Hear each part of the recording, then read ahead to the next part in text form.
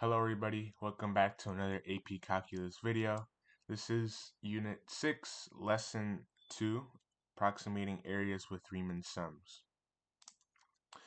So, Riemann sums are used to approximate the area under a curve using rectangles of varying widths and whatnot.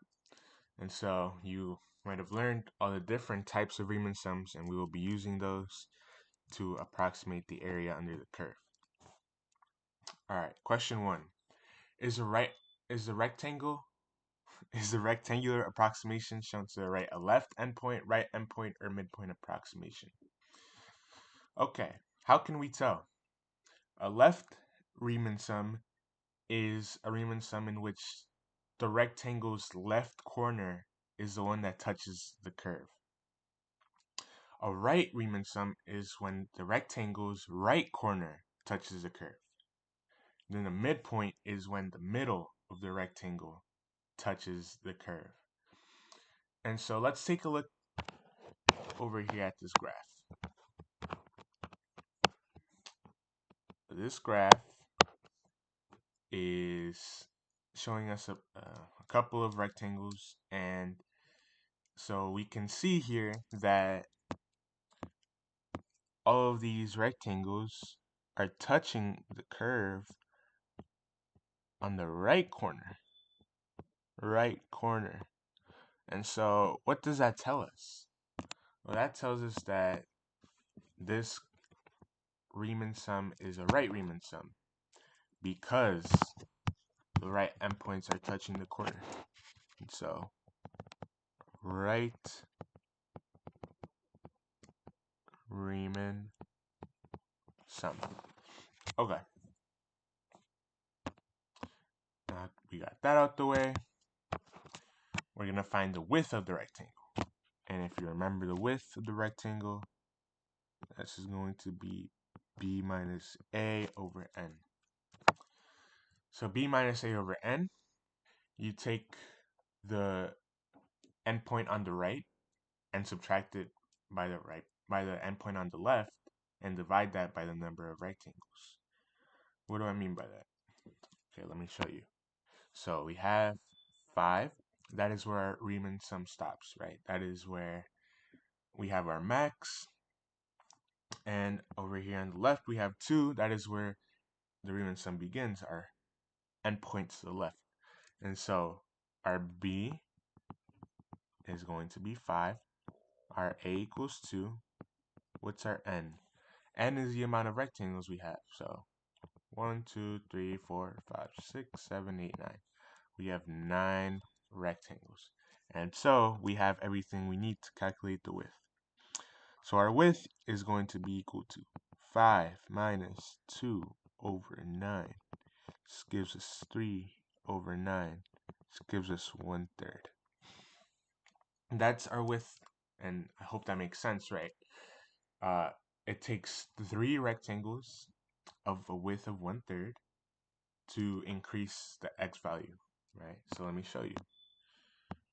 So from 2 to 3, it takes 3 rectangles, or I should say, to get from 2 to 3, it takes 3 rectangles. And why? Because each rectangle has a width of 1/3. So 1/3 plus 1/3 plus 1/3 is going to get you to 3. All right. Next set of problems. So now we are just given the curve, and we have to sketch the rectangular approximations, and we're going to have to calculate the width. So let's calculate the width of question 3. So again, remember the formula b minus a over n to calculate the width. So we have the midpoint on the interval 1 to 4 with n equals 6 subintervals. So what is our b?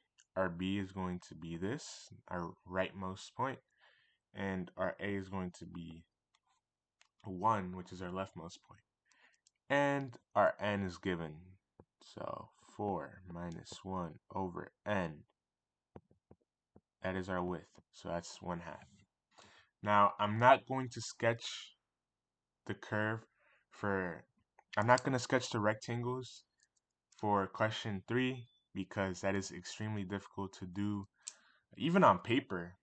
It's just, I feel like the graphs are just too small. And so basically all you need to know is to graph a midpoint, a sum. All you do is, so you have the width, right? So you know each, let's use 3 as the example. So um, you have 6 rectangles, and each of them have a width of 1/2. So you also know your endpoints. So 1 and 4, that's where your graph starts and ends.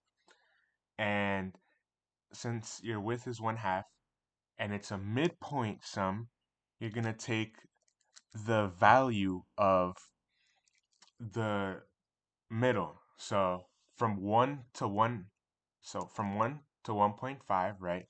So that would be one rectangle. 1.5 to 2 would be your second, 2 to 2.5 is your third, 2.5 to 3 is your fourth, and so on. So from 1 to 1/2, 1 to 1.5, your middle value is going to be f of 1 and 1/4, or 1.25. From 1.5 to 2, your midpoint you're going to take is 1.75, or 1 and 3/4. I hope that makes sense. And so if your graphs sometimes, touch the right corner and sometimes touch the left on the midpoint, that's fine. It should be varying. All right, hopefully that makes sense. Question 4. We have a right Riemann sum from -2 to 2 with n equals 5 subintervals. So it's 5 rectangles. So our B is going to be 2, and our A is going to be -2. So B minus A, so 2 minus -2, which is +2, over N, which is 5. So each rectangle has a width of 4/5. So we have 5 rectangles starting on -2, finishing at 2, and each rectangle has a width of 4/5. So from -2 plus 4 over 5, we get -1.2. So let's think of the width as 0.8, because that'll make things easier, I feel like. So 0.8. -1.2 to plus 0.8, that's going to be -0.4. Plus 0.8, 0.4. Plus 0.8, 1.2. Plus 0.8 is 2. So we have, these are the values we calculated in which our rectangles were start and stop. So from -2 to -1.2, we're going to take the value of -1.2 because that is our right endpoint. So -1.2 is right around here. Well, that is just terrible. Unfortunately, I don't have a ruler here to help me. Well, that is just not a line, but I think we get the point. So I'll probably pause the video and fix this. All right, I fixed it. Okay, I apologize. All right, so next is -1.2 to -0.4. So we're gonna make sure that -0.4 is where that touches a curve. So from -1.2, -0.4. So -0.4. Oh my gosh, I started on the wrong. Oh Lord. There, I shifted it. So from -1.2, we're gonna go to -0.4, which is, I'd say, right about there. Again, as long as your right corner is touching the curve, it's fine. -0.4 to 0.4. So that's about right here. There we go. 0.4 to 1.2. So that's about here. I mean, it's not perfect, but, and then 2. So 2, and then perfect. Well, not perfect, but you get the picture. So again, each right corner is touching the curve there. All right. So other than the drawing, pretty easy question. Let's move on. So number 5, we have a left Riemann sum from -2 to 4. -2 to 4, and then n equals 10. So my b is going to be 4. My a is going to be -2. So -2 is 2. And then over 10. So that's 6 over 10, which is 3 over 5. Okay. So we're going to start on -2 and end on 4. Okay.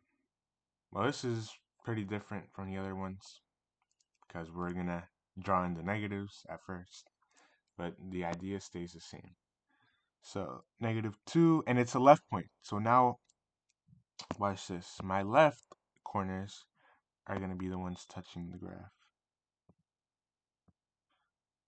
And then real quick before I continue, I'm going to calculate the different intervals. So that width is 0.6, -2 plus 0.6, so -2, and then plus 0.6 is -1.4, 0.6, -0.8, -0.2, 0.4, 1, 1.6, 2.2, 2.8, 3.4, and then 4. So -1.4 is right about there.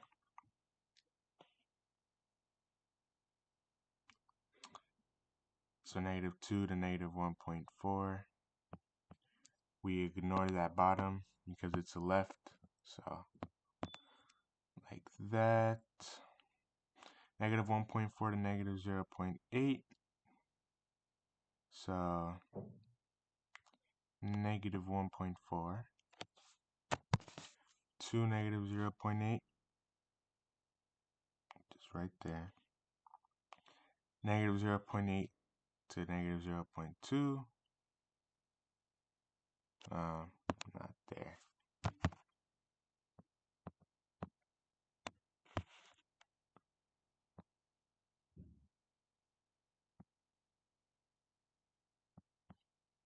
Okay. -0.2 to 0.4. So right here to 0.4.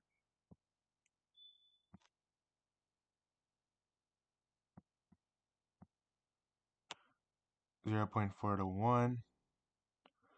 So 0.4 to 1. 1 to 1.6. So 1 to 1.6.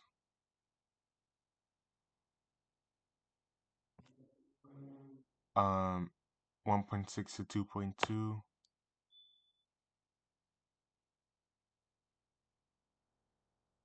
2.2 to 2.8.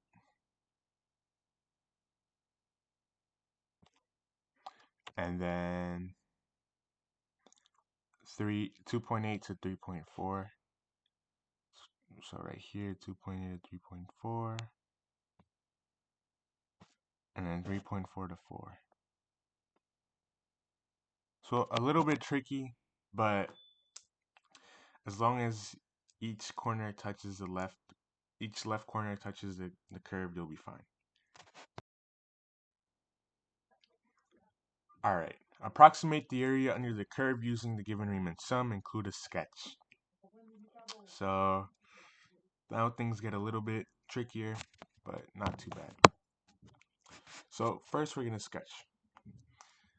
So we have our A and B, and then we have our n, which is 3. So b minus a over n gives us a width of 1. So from -2 to 1, each rectangle is going to have a width of 1. All right, now we're going to graph. So from -2 to 1, -2 to -1 is our first rectangle, right? So since it's a Riemann sum, I'm going to take the value, and I just can't seem to draw straight lines. I'm going to take the value. Oh my gosh. Okay, we're going to take the value of the right and draw it to here, there. From -1 to 0, 0 is our right, so I'm going to go from here to here. From 1 to 0, from 0 to 1, take 1. From 1 to 2, we're going to take 2. From 2 to 3, we're going to take, well, this little bitty part right there. Now, I'm not sure if this is supposed to be 0,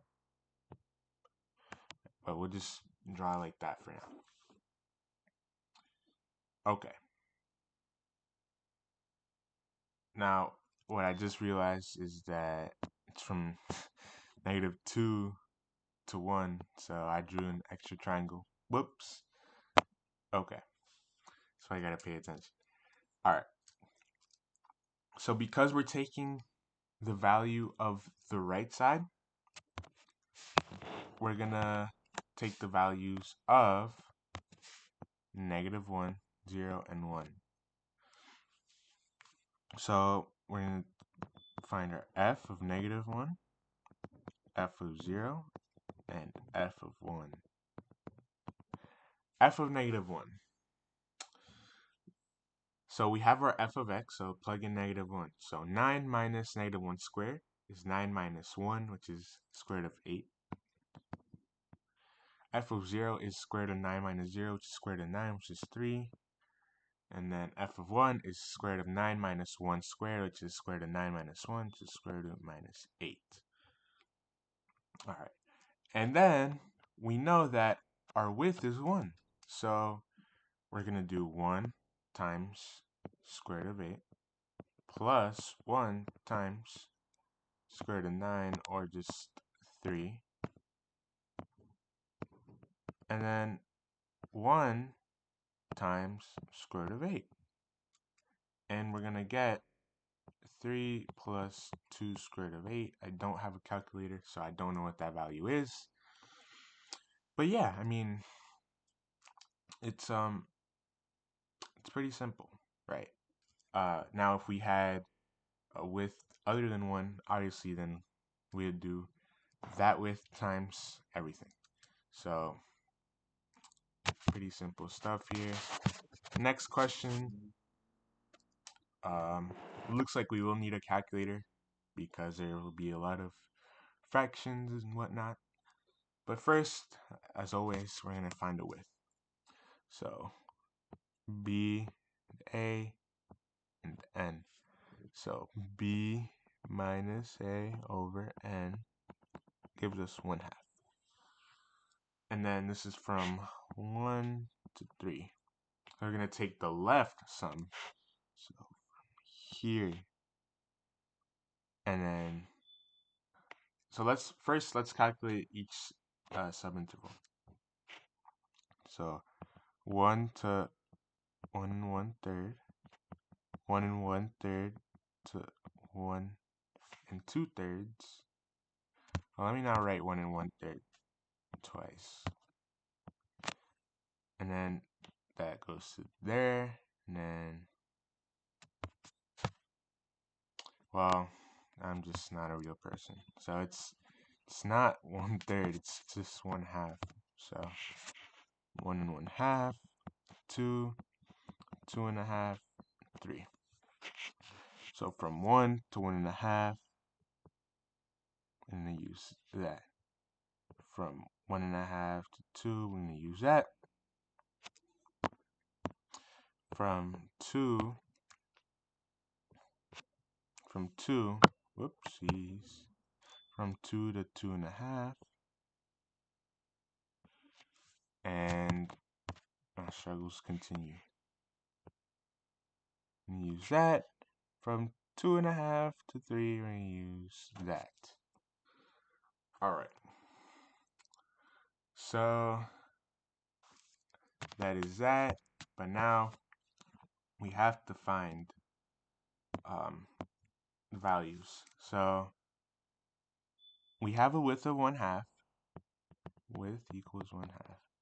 We have to find each f value. So since it's the left Riemann sum, we're going to use the left values. So we're going to use 1, 1.5, 2, and 2.5.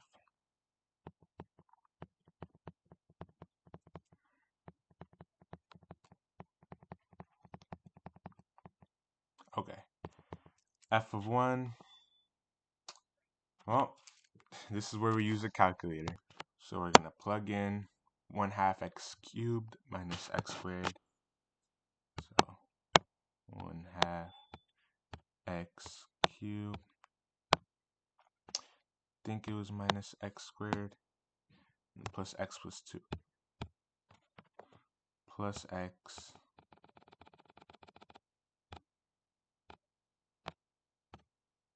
plus 2. And now we can use this and plug in. So 1, we get 5 over 2. So we get 5 over 2, 1.5. We get 2.9375.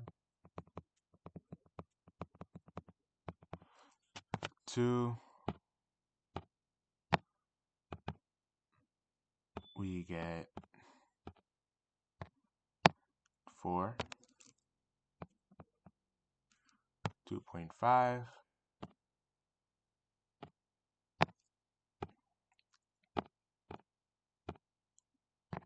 We get 6.0625. 6.0625, yeah. And so we do the same thing as last problem. But something you can do if the widths are all the same is factor out 1/2 and then add all the different values that you get. So 1/2 times 5 over 2 plus 2.9375 plus 4 plus 6.0625. I'm going to put that in the calculator. There we go. And we get, hold on. Should be 6.0625. So we're going to insert 6 there. There we go. So 7.75. So we get, okay. Question 8. We have a trapezoidal approximation. And then we have our curve, our function, and yes. So trapezoid's area, if you don't remember, is 1/2 times width times L1 plus L2, which is right, L is just the length, so we're going to use that to use the trapezoidal approximation. So we're starting at -2, ending at 4. So again, let's calculate our width. So B minus A, 3 sub-intervals. So each width is going to be 2. Each rectangle is going to be 2.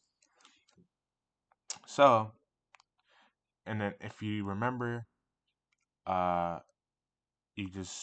you draw, not like that. You draw the trapezoid like this, right down the middle here. Then from there to the next, I'm just struggling heavily. This is like a difficult lesson solely on the fact that I have to draw straight lines. And then the last one can be from 2 to 4 here. Right. So now we have our width, L1, L2. All right. So using our formula, we're going to have our width times, and then let's calculate our intervals. So -2 to 0, 0 to 2, 2 to 4. So for -2 to 0, we're going to do, so these are our width, our lengths essentially. So f of -2 plus f of 0 divided by half, right? That's just from the formula. And the reason we're multiplying by 2 is because that is our width. So width times L1 plus L2 over 2. That is this formula right here. And we have to do that for every triangle. So width always stays the same. And now we're going to do f of 0, right? Because we share a length, right? At x equals 0, we share that length. So f of 0, and then the length of 2. So f of 2 over 2 plus 2 times, and then again we share the length of x equals 2, so f of 2 plus f of 4 over 2. And what we can do now is cancel out the 2's, which works perfectly. So now we just have to calculate our f value. So f of -2, so we have f of x right here. -2 squared is 4. -1/4 times 4 is -1. So 6 minus 1 is 5. Okay, f of 0. F of 0 is going to be 6, right? F of 2. 2 squared is 4. -1/4 times 4 is 1. So 6 minus 1 is 5. And then 4. So f of 4. 4 squared is 16. -1/4 times 16 is -4. 6 minus 4 is 2. And so we have f of -2 plus f of 0 plus f of 0 plus f of 2 plus f of 2 plus f of 4. So 11 plus 11 plus 7 is going to give us 29. And that is our final answer. So not too bad. Not too bad. Question 9. So this is our test prep now. Let y of t represent the rate of change of the population of a town over a 20-year period where y is a differentiable increasing function of t. The table shows the population change in people per year recorded at selected times. Use the data from the table and the right Riemann sum with 4 intervals to approximate the area under the curve. Now in table questions, you usually don't want to calculate the width because the width is going to be changing at each interval. So we don't have an even width now. It's changing. So here it's 4, here it's 6, here it's 3, and here it's 7. So we don't want to use a constant width. That being said, it's a right Riemann sum, so we're going to use all the values right here. So right Riemann sum, so width times our right endpoint plus width times right endpoint plus width times right endpoint plus width That's not width. Plus width times right endpoint. And we're going to use a calculator because it's a lot of work to do. So we have f of 4. So let me just write this down here. So 4 times that plus 6 times this. Put parentheses so you don't get confused. Plus 3 times this plus 7 times this. Okay. So 4 times 2724, enter, plus 6 times 3108, enter, plus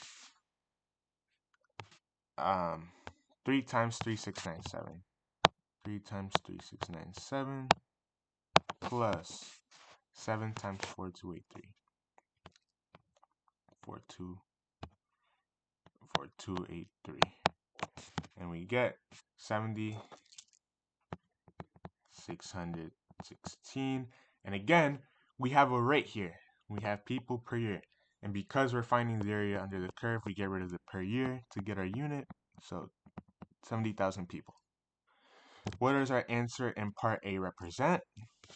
That represents our total number of people. So there are 70,616 people after 20 years. All right. Part C is saying that assuming that y of t is a continuous increasing function, is the approximation greater than or less than the true value? So the key here is increasing. If a function is increasing, it has a positive slope. So what I like to do is create a pretend little graph. If it's increasing, we're going to have a positive slope. And so let's use the Riemann sum that we have. So it's a right Riemann sum. So the right corner always touches the line or the curve. And so we see that the area under the curve is represented by this. However, a rectangle is including area above the curve. And so we can see that if a function is increasing and we're having a right Riemann sum, then it's going to be greater because y is increasing and right Riemann sum. Okay. Question 10. A rectangular pool gets deeper from one end of the pool to the other. The table shows the depth x of h of the water at 4-foot intervals from one end to the pool to the other. Use the data from table to find an approximation for h prime of 10 and explain the meaning in terms of the depth of the pool. Alright, so this one is a problem that we've had before. So when we have to approximate using a table, approximate the derivative, and then find the two values. So right here, 10 is perfectly in between here, and we're going to find the average rate of change. So 10 minus 9.5 over 12 minus 8 gives us 0.5 over 4. Is approximately, well, I should say h prime of 10 is approximately the rate of change there. So now we can put equals and then equals 1/8. So at at um at 10 feet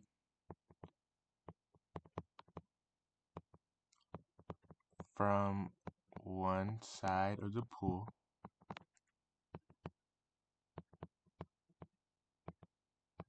and it's asking us to talk about the depth. So the depth increases by a rate of 1/8 feet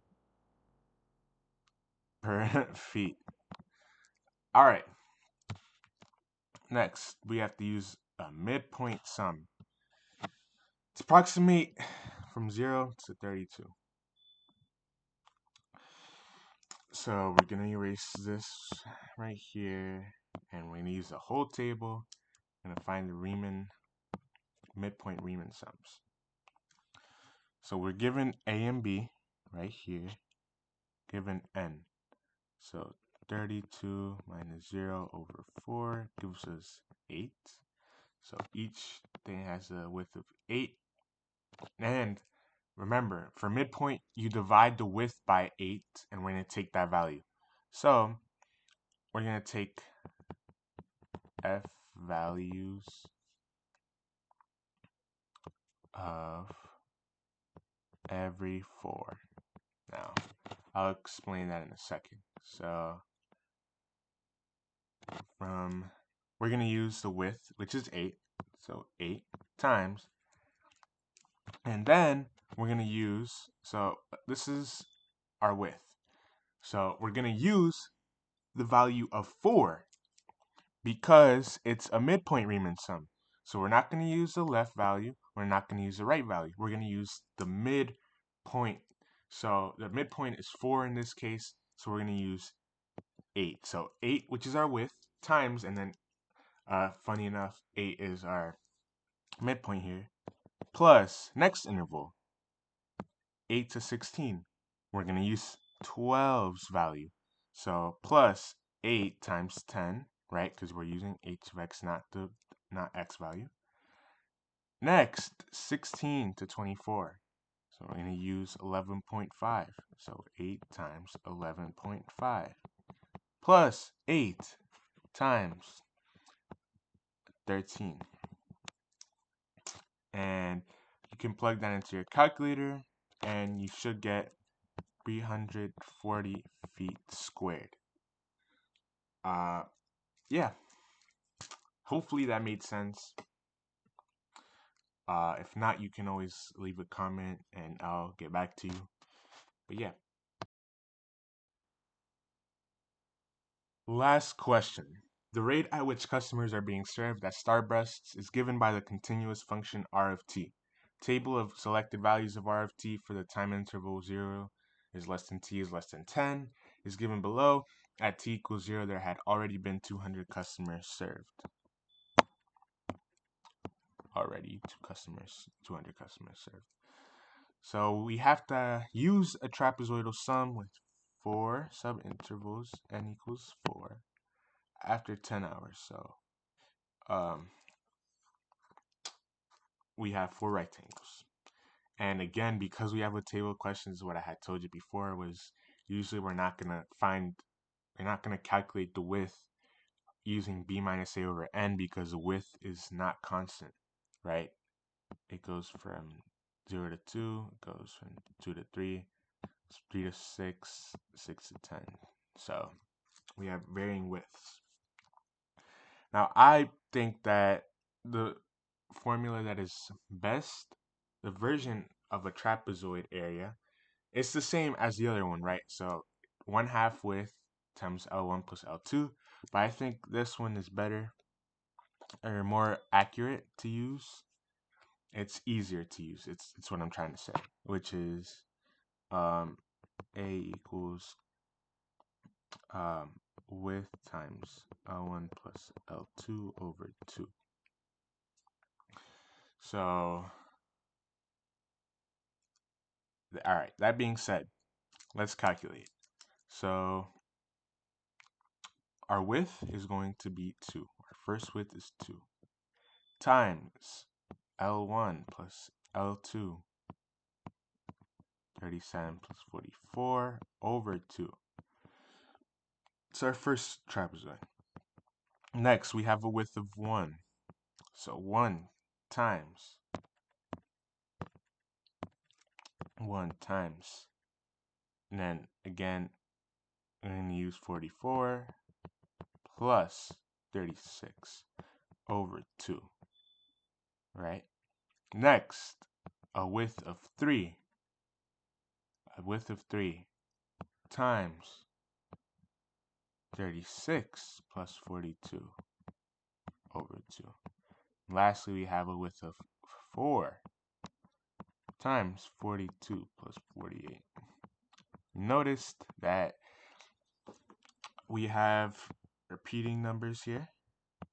That is because trapezoids and a Riemann sum are going to share one side. Alright. So now, we're going to do some simplifying. 2 and 2 cancel out. 4 and 2, so that just becomes 2 times, right? 2 goes into 4 2 times. 36 plus 44, that's 81. 44 plus 36 is 80. Divided by 2 is 40. 46 plus 42.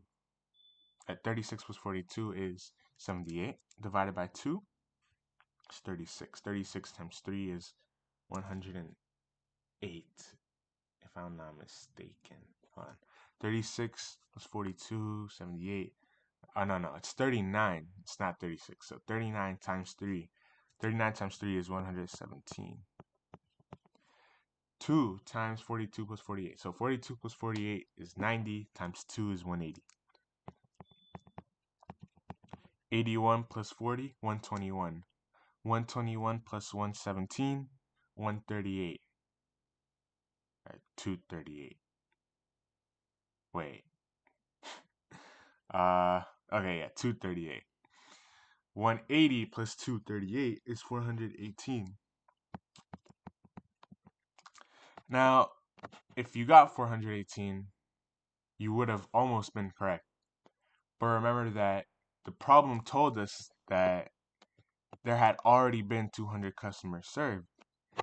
And so, since this is in customers, we have to add 200 to our final result because we have to take into account the customers that were already in the store at t equals 0. And that is given in the problem. It tells us that there are 200 customers that have been served. And so we add 418 plus 200. And we get 618 customers. So I hope that makes sense. Not too bad of a lesson.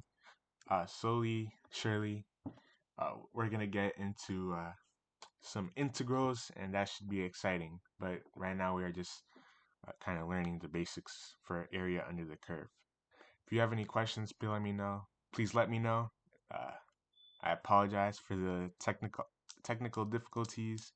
There were many difficulties drawing. But yeah, thank you for watching. Take care.